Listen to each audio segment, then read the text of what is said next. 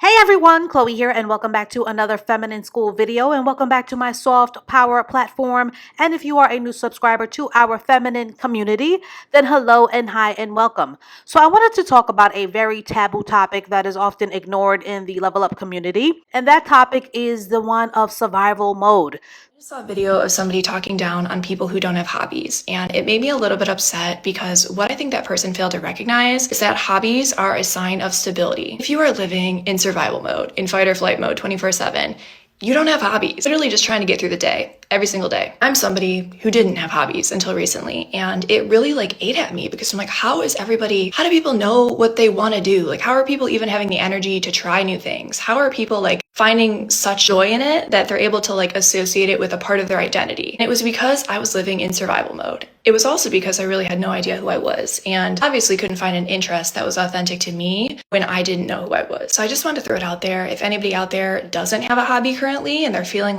really stressed all the time and you're really frozen in your life, so sorry you're feeling like that, first of all, but don't let anybody who doesn't really have experiences in the things you have experiences in make you feel bad. Every single person in this world is living a different life, and for one person to be generalizing and saying if you don't have a hobby you're lame, a lot of the people who don't have hobbies are in survival mode. That is why they don't have hobbies.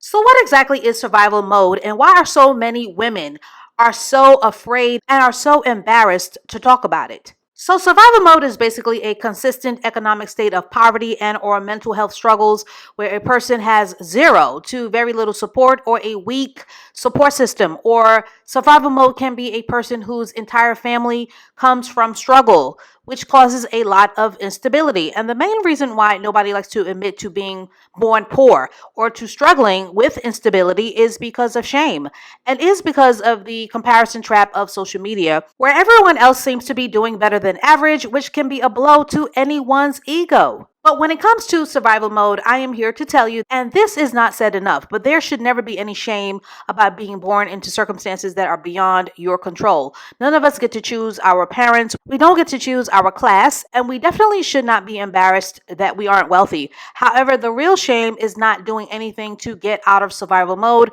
or not doing anything to improve your situation. Now, to get more specific, women who are in survival mode are typically barely scraping by, are surviving on less than your average, and cannot just easily just jump into the femininity or hypergamous game as easily with both feet because of instability. And no, they cannot dilly-dally in feminine hobbies because they already aren't on solid ground, and that is okay.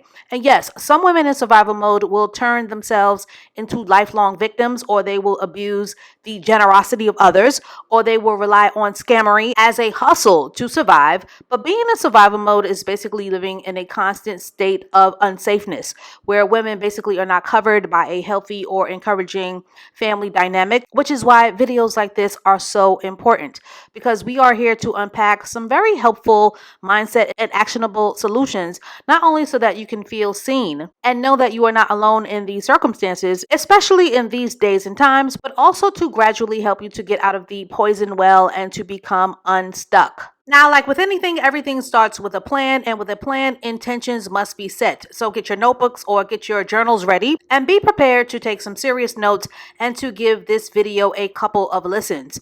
Now, starting with number 9, most women who try to jump into the level up game are starting on a very shaky foundation, especially when you are in survival mode, and as a result, will often try to bite off more than they can chew. So as a baby step, focus on your stability first and foremost.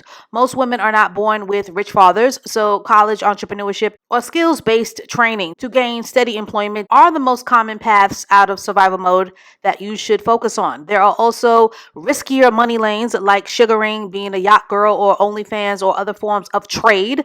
But as your womanhood mentor, I will warn you, you must have an end game if you are going to dabble in trade to lower your chances of reputational ruin, physical violence, or assault, and the type of humiliation that can follow your reputation for a lifetime. Number 8, and this is just a mindset reminder. In life, you're either a cycle breaker or a cycle repeater, and it is all truly up to you. Having a positive growth and a progressive mindset and having a cycle breaker mindset can and will move mountains in your life.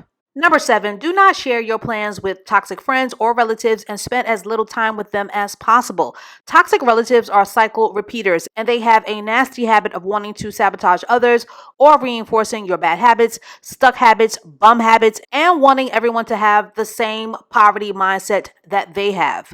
Number 6, avoid the influence of bitter people. And if you don't know what a bitter spirit is basically a person who has already given up on themselves and their own hopes and dreams. And yes, sometimes these bitter spirits are the influencers that are truly leading the blind, the crippled, and the crazy. But you don't need anyone who is always reheating stale nachos or who has given up on themselves to influence you. People who have given up on themselves usually have a problem for every solution, and they tend to turn every topic and every subject into a war zone.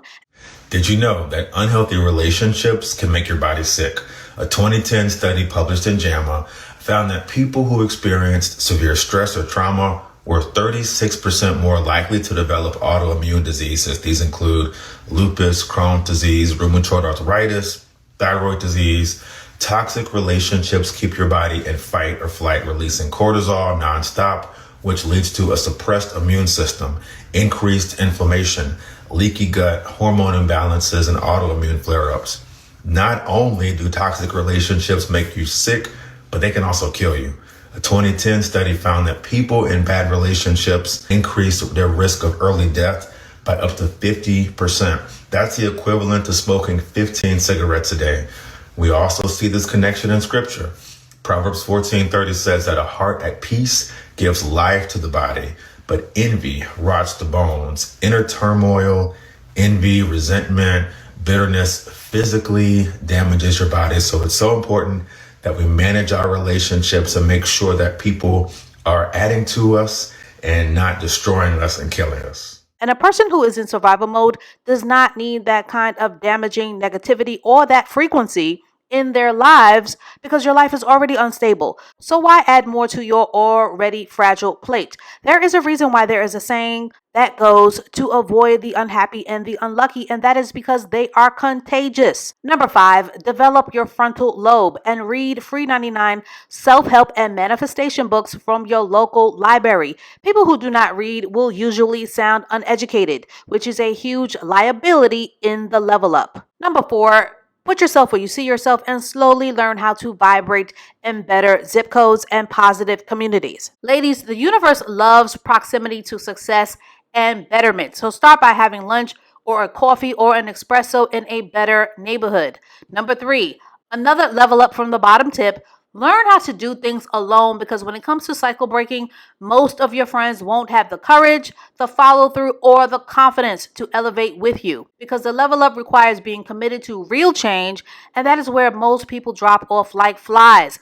Museums, galleries, wine tastings, walks in the park, and elevated zip codes have always been free 99. So make it your business to social climb by taking a train or a bus out of the ghetto often. Number 2, believe that your higher power is there to support you. Ladies, the God of your understanding will always be there to spiritually support you and will always be in your corner to remind you to never ever give up on yourself, especially on those days where life can really get you down and where you can get sucked into negative content that will make you hate your life and your existence. And lastly, avoid the comparison trap, run your own race, and resist the urge to be envious of others, and instead replace that feeling with the feeling of being inspired or learn how to truly wish others well. This is great energy to always tap into because only bummy mindsets are committed to being lifelong haters while they do nothing to break the cycle in their own lives. And trust and believe, you do not want to be on the other side of that hatred because it is a very painful place to be.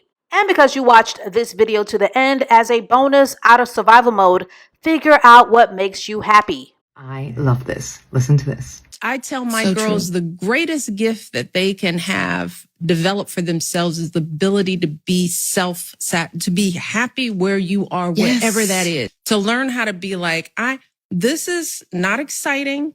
I'm not winning. I'm not losing.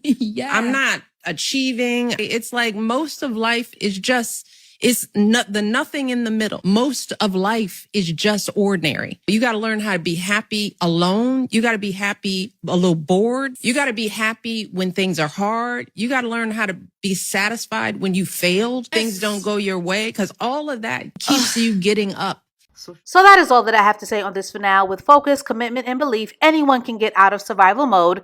But to keep this conversation going, what are some things that you wish that you were told about getting out of survival mode that you know now? And as always, I thank you for liking, for subscribing, and for sharing the videos on this platform to further help grow our feminine community.